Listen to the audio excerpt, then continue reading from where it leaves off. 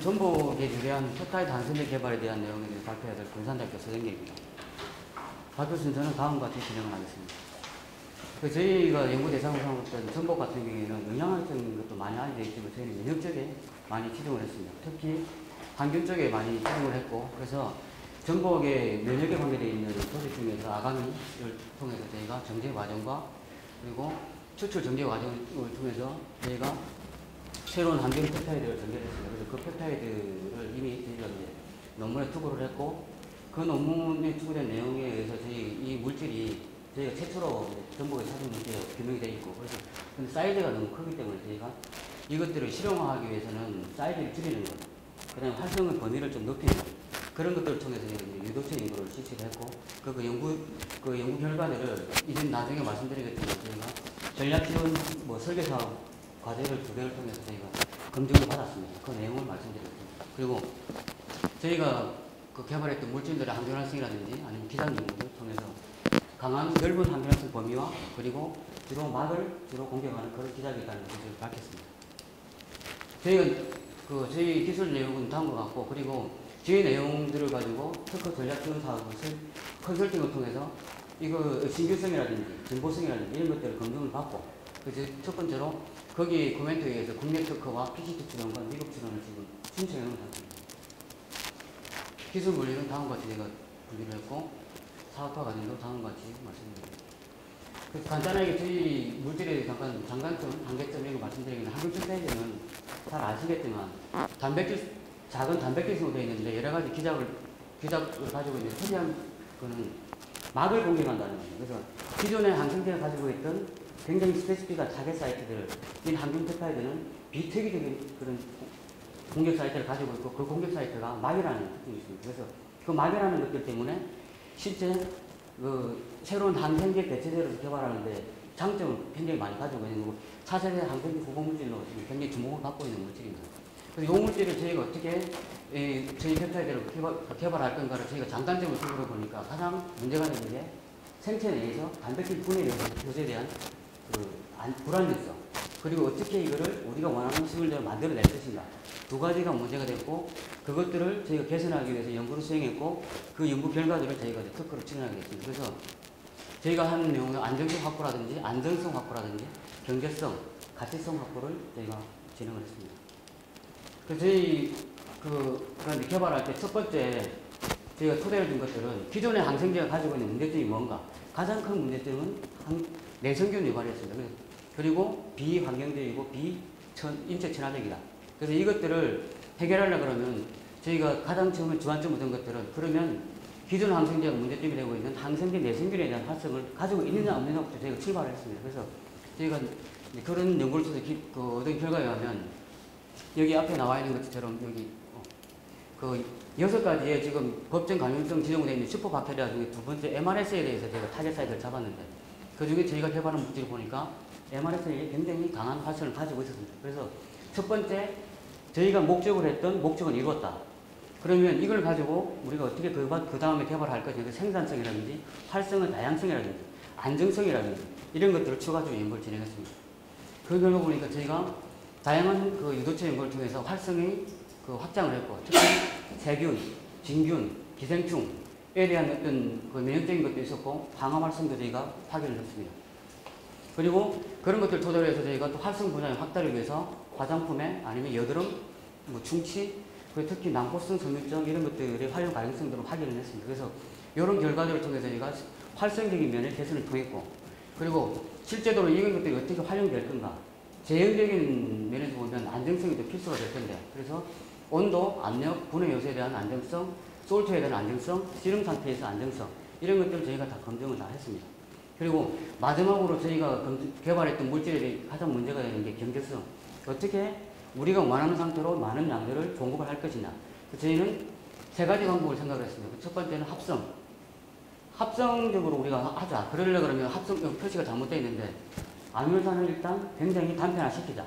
그래서 저희는 지금 10개 이하의 아미노산 구성으로 지금 목표를 잡고 있는데, 현재 8개까지 지금 내려가 있고, 2번째는 유전자 재조합 방법을 통해 이렇게 멀티카피 발현이라는 시스템을 써서 하나의 모노머들이 멀티모로 형성돼서 발현시키고 난 다음에 그것들을 다시 저희가 단편화시켜서 한 번의 발현으로 많은 배수의 어떤 많은 수의 펩타이드를 발현시키는 그런 시스템을 저희가 개발을 했고, 그리고 세 번째는 저희가 조금이라도 경제적인 면들을 저희가 좀 보완하기 위해서 기존에 항생제들을 보완제로서 사용할 수 있을까? 그래서 저희가 개발했던 항생제하고 펩타이드 항생제와 항생제들을 섞어 쓴다든지 아니면 추출물하고 섞어 쓴다든지 해서 이런 것들의 어떤 사용 양들을 줄여서 경제적인 면들을 저희가 좀 보완을 했습니다.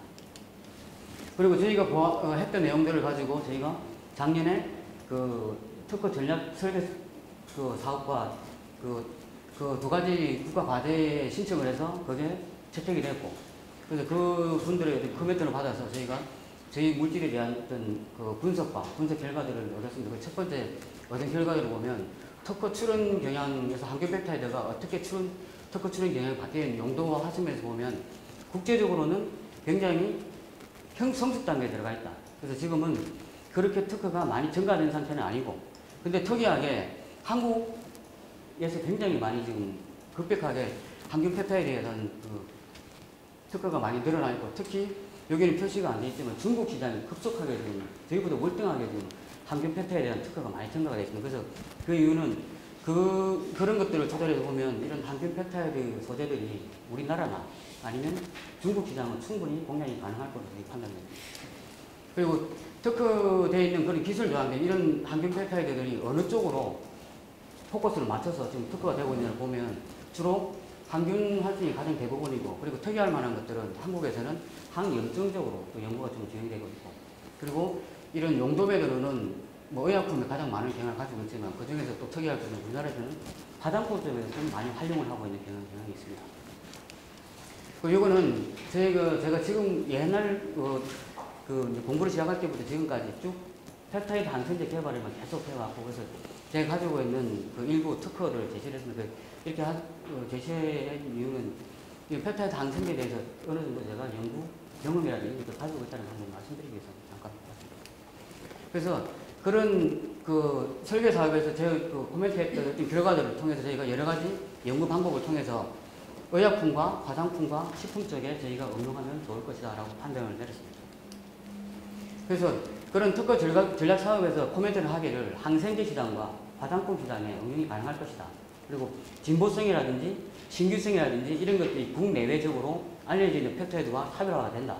그렇게 이제 코멘트를 했고, 그래서 그 쪽에서 지금 이제 동향을 분석을 해주는 바에는 첫 번째 항생제 쪽에서 이제 동향을 분석해 봤는데, 항생제 시장 자체는 그렇게 정가세가 이렇게 뭐 뚜렷하게 높은 건 아니고 굉장히 이제 좀 저성장 국면에 들어가 있고, 그리고 항생제 내성 문제는 굉장히 또 크게 대두가 되겠고, 이런 문제는 다시 얘기하면 기존 항생제로는 지금 이런 항생제 내성균 유발이라는 것들을 막을 수 한계가 있다는, 그래서 아마도 새로운 패러다임, 새로운 메커니즘을 가지고 있는 어떤 항생제를 개발해야 될 필요성이 있다.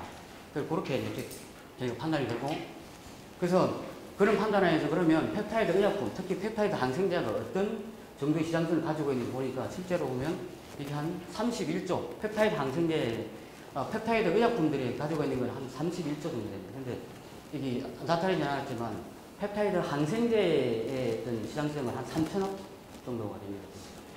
기술 중심으로 좀 시간이 네네네. 그래서 뒤에 기술이 있으신 분. 그래서 저희가 그런 단계별로도 지금 용도나 이런 것들이 지금 한국 시장 같은 경우에는 지속적인 성장세가 있기 때문에, 그래서 저희는